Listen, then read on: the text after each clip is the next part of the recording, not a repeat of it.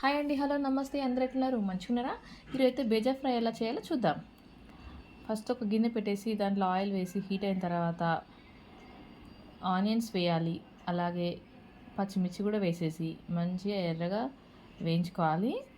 ఎర్రగా వేగిన తర్వాత అప్పుడు మనము కొంచెం అల్లం వెల్లుల్లి పేస్ట్, ఇంకా కొంచెం పసుపు వేసి పచ్చివాసన పోయేంత వరకు మంచిగా వేయించండి.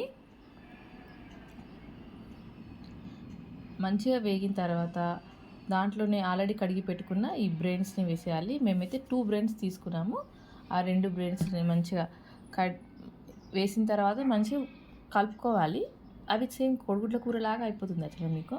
కొంచెం కలిసిన తర్వాత కొంచెం కాగానే కొంచెం ఉప్పు, కారం అండ్ లవంగ ఇలాచి ఒక 2 దంచి వేసుకుంటే సరిపోతుంది. మసాలా హెవీగా అవసరం ఉండదు.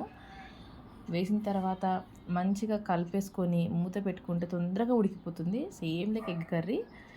తర్వాత లాస్ట్లో కొంచెం కొత్తిమీర వేసేసి దించేస్తే టేస్ట్ మాత్రం సూపర్గా ఉంటుంది. చిన్న పిల్లలైనా సరే ఈజీగా తినేస్తారు. ఖచ్చితంగా ట్రై చేయండి. Signing off, Tata.